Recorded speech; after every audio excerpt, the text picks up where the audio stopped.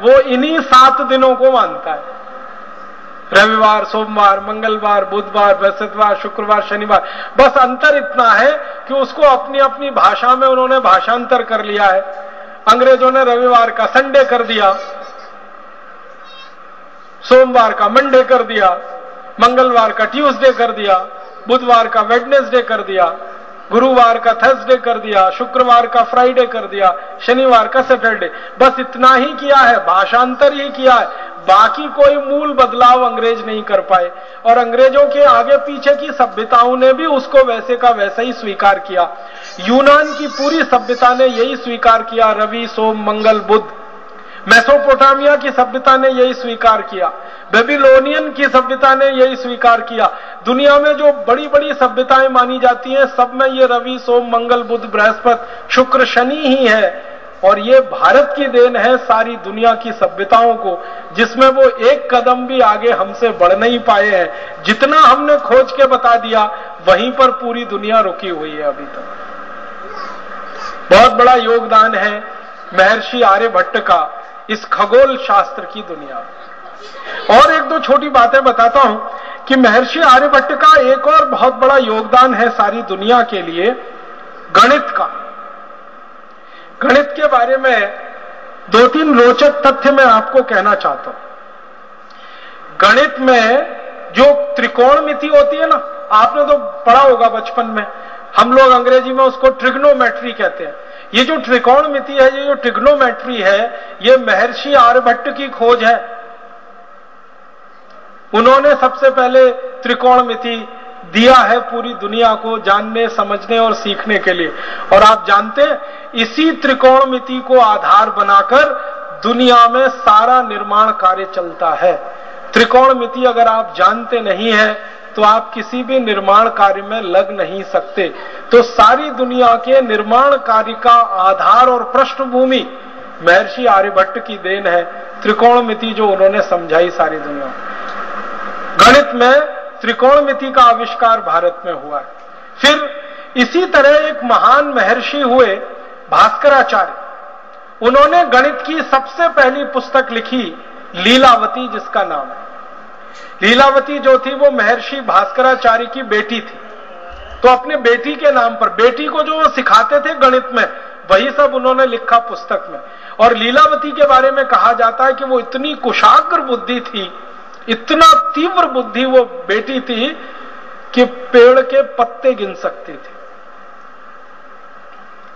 और जब भी उसको पेड़ के पत्ते गिनने के लिए कहा गया तो वास्तव में उतने ही पत्ते निकलते थे जितने होते थे। और उसको कहा जाता था कि तुम्हारी बुद्धि बहुत तेज चलती है।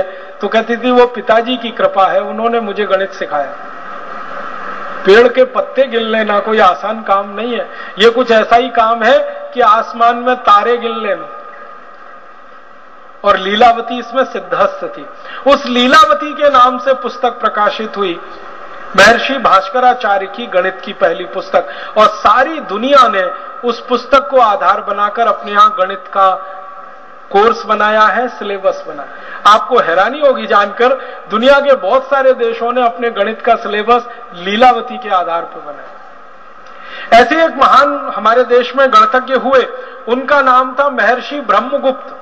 इन्होंने सारी दुनिया को सबसे पहले सिखाया जोड़ना, घटाना, गुणा करना और भाग करना। ये अंक गणित का जो 4 हिस्सा है, जोड़, घटाना, भाग और गुणा, ये सबसे पहले महर्षि ब्रह्मगुप्त ने पूरी दुनिया को सिखाया। और इसके लिए उन्होंने शास्त्र निर्माण किया। और महर्षि ब्रह्मगुप्त के ही नाम ये खोज है कि वर्ग करना और वर्गमूल करना, घन करना, घनमूल करना, ये भी उन्होंने सबसे पहले सूत्र दिया दुनिया को सीखने के लिए।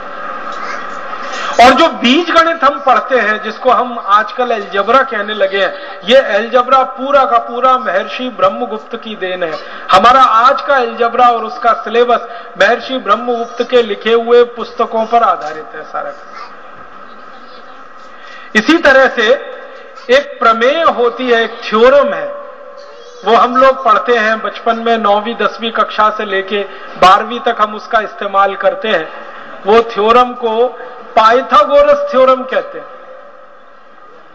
पाइथागोरस का जन्म हुआ ईसा से 8 शताब्दी पहले, और ईसा के 15वीं शताब्दी पहले के भारत के गुरुकुलों के रिकॉर्ड्स बताते हैं कि पाइथागोरस हमारे यहां था।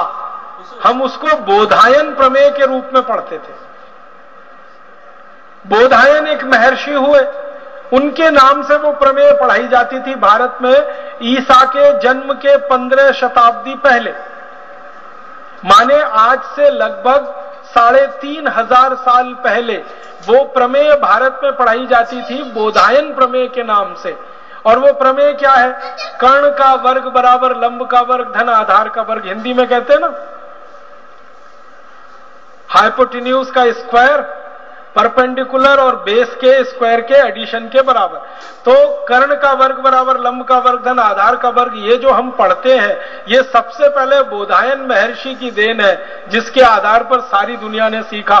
पाइथागोरस ने बेईमानी करके और चालाकी करके इसको अपने नाम से प्रकाशित करवा लिया, और वो आज तक सारी दुनिया इसी भ्रम में जी रही। इसी तरह से मैथमेटिक्स में, मॉडर्न मैथमेटिक्स में एक थ्योरम इस्तेमाल होती है, बाइनोमियल थ्योरम।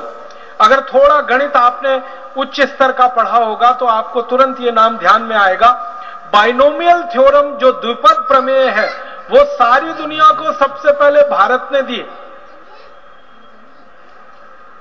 और ये बाइनोमियल थ्योरम भी महर्षि आर्यभट्ट की देन है सारी दुनिया में। और इसी तरह से हमारे भारत में एक विषय चलता है गणित में, जिसको मॉडर्न मैथमेटिक्स के नाम से आजकल कहने लगे हैं, कैलकुलस। और उसके दो हिस्से हैं, इंटीग्रल कैलकुलस, डिफरेंशियल कैलकुलस। ये इंटीग्रल कैलकुलस सबसे पहले भारत में लाया जिस महर्षि ने, उनका नाम था माधवाचार्य। और डिफरेंशियल कैलकुलस पूरी दुनिया को सिखाया जिन महर्षि ने, उनका नाम था भास्कराचार्य। डिफरेंशियल कैलकुलस का आज का पूरा सिलेबस भास्कराचार्य जी की पुस्तक को सामने रख लो तो समझ में आ जाता है, और माधवाचार्य जी की जो गणित की पुस्तक है उसको पढ़कर डिफरेंशियल वो इंटीग्रल कैलकुलस पढ़ो, बिल्कुल साफ समझ में आ जाता है। और गणित में सबसे ज्यादा शोध दुनिया में हुआ है तो वो भारत में हुआ है। भारत के बाद दूसरे नंबर पर सबसे बड़े गणितज्ञ माने जाते हैं दुनिया में, वो फ्रेंच लोग हैं। फ्रांसीसी लोग इस बात को स्वीकार करते हैं कि गणित अगर हमने सीखा है और दुनिया ने सीखा है तो वो भारत से सीखा है। और गणित की जो मूल बात है, 0, 1, 2, 3, 4, 5, 6, 7, 8, 9, जिसको हम नंबर सिस्टम कहते हैं, ये सारी दुनिया को भारत की देन है।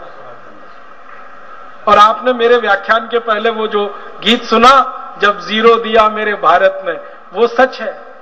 सारी दुनिया को 0, फिर 1, फिर 2, फिर 9 तक की गिनती हमने सिखाई है। और जो गिनती सिखाएगा वही गणित बनाएगा। गणित तो उसी को आएगा जिसको गिनती आएगी।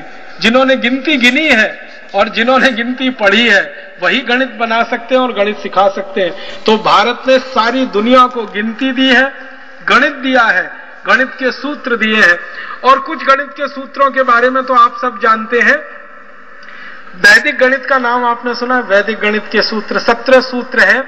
इन सूत्रों को जो सीख लेगा वो गणित का इतना बड़ा पंडित हो जाएगा कि कैलकुलेटर से ज्यादा तेज कैलकुलेशन वो कर पाएगा।